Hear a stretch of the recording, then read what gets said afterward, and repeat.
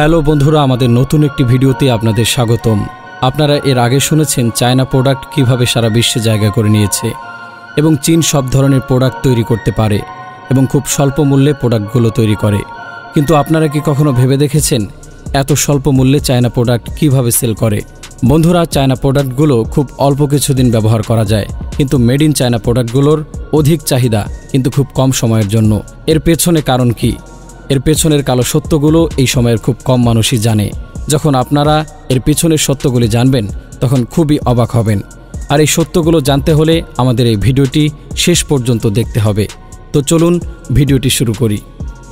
বন্ধুরা, আমাদের ঘরে প্রতিনিয়ত ময়লা জমা হয়, যেগুলো আমরা নির্দিষ্ট একটি ডাস্টবিনে জমা করি এবং সকালে ময়লার গাড়ি আসলে সে ময়লাগুলো গাড়িতে করে নিয়ে যায়।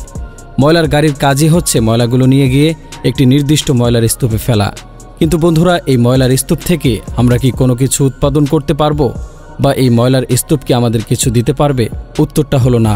আর এই কারণেই এই আবর্জনাগুলো রিসাইকেল করা খুবই প্রয়োজন। প্রতিদিন উন্নত দেশগুলোতে লক্ষ লক্ষ আবর্জনা জমা হচ্ছে, আর এইগুলো রাখার মতো কোথাও পর্যাপ্ত জায়গা নেই। তাই এগুলোকে রিসাইকেল বিন করা ছাড়া অন্য কোনো পথ নেই। কিছুদিন আগে আপনারা দেখেছেন সরকার বিষয়গুলো নিয়ে খুবই চিন্তিত ছিল, আর ঘরে ঘরে প্রচার করেছে যে বাইরে রাখা রং বেরঙের ডাস্টবিনগুলোতে ময়লা ফেলতে। আর এ সময়ই বিশ্বের ভিতর মাথাচাড়া দিয়ে ওঠে চায়না। বিশ্বের সকল দেশের ময়লা আবর্জনা খুব অল্প দামে কিনে নেয় চায়না, কারণ বিশ্বের ভিতরে রিসাইকেল বিন করার জন্য উপযুক্ত ছিল একমাত্র চায়না। অন্যান্য দেশ এটাই ভাবল যে তার দেশের ময়লা সাফ হচ্ছে আর এর বিনিময়ে টাকাও মিলছে। বন্ধুরা, কেউ এটা ভাবেনি যে চায়নায় ময়লাগুলো নিয়ে কি করছে, কেনই বা তারা টাকা দিয়ে আবর্জনা কিনছে। চায়না সব ধরনের ময়লাকে ঠিকই কিন্তু তারা রিসাইকেল বিন করে, শুধুমাত্র প্লাস্টিক এবং টিন দিয়ে। চায়না এ ধরনের প্লাস্টিক এবং টিন জাতীয় দ্রব্য রিসাইকেল বিন করে অনেক বেশি লাভবান হয়, কারণ চায়নাতে রিসাইকেল বিন কাজে খুব স্বল্প মূল্যে ফ্যাক্টরিগুলো শ্রমিক পেয়ে যায়। চায়না ইলেকট্রিক্যাল জিনিসগুলো বেশি পরিমাণ কিনে থাকে, কারণ এই প্রোডাক্টগুলো তাদের অধিক সেল হয়। চায়না যে জাহাজে করে ময়লা কিনে তার দেশে নিয়ে আসে, আবার সেই জাহাজে করে রিসাইকেল বিন করা দ্রব্য সে দেশেই বিক্রি করে। এর মধ্যে চায়নার একজন রিপোর্টার রিপোর্ট তৈরি করে রিসাইকেল বিনের ওপরে, এবং পরে জানা যায় রিসাইকেল বিনের নামে সারা বিশ্বের মানুষকে ঠকাচ্ছে চীন। এই দৃশ্যে একটি ছোট বাচ্চাকে দেখা গেছে, যে বাচ্চাটি ছোট একটি শিশু কোলে নিয়ে ময়লা আবর্জনার স্তূপের ওপর বসে আছে, এবং এই রিপোর্ট তৈরি করতে এই মেয়েটি সবচাইতে সাহায্য করেছিল। রিপোর্টার এই অপারেশনের নাম দিয়েছিল চীনা প্লাস্টিক। চায়না সরকার এই রিপোর্টটি প্রচার বন্ধ করে দেয়, কিন্তু তার আগেই সব সোশ্যাল মিডিয়াতে এটি প্রচার হয়ে যায় যে চায়না রিসাইকেল বিনের নামে সারা বিশ্বের মানুষকে ঠকাচ্ছে।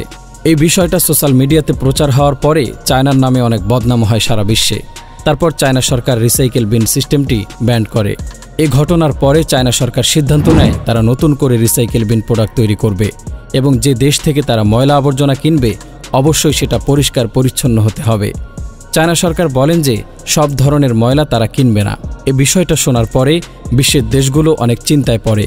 আগে চায়না সব ময়লা কিনে নিত, এখন শুধুমাত্র টিন এবং প্লাস্টিক জাতীয় ময়লা কিনছে। বিশ্বের দেশগুলো ভাবছে যে বাদবাকি ময়লাগুলো তারা কোথায় রাখবে।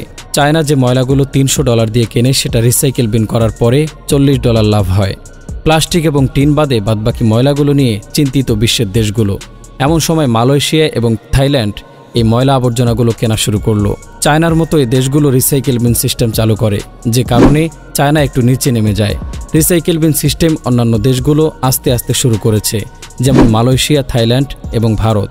তো বন্ধুরা, ভিডিওটি ভালো লেগে থাকলে অবশ্যই একটি লাইক করে দিন, আর এমন রহস্য ও রোমাঞ্চকর ইন্টারেস্টিং ভিডিও পেতে আমাদের চ্যানেলটি সাবস্ক্রাইব করে পাশে থাকা বেল আইকনটি অল সিলেক্ট করে দিন।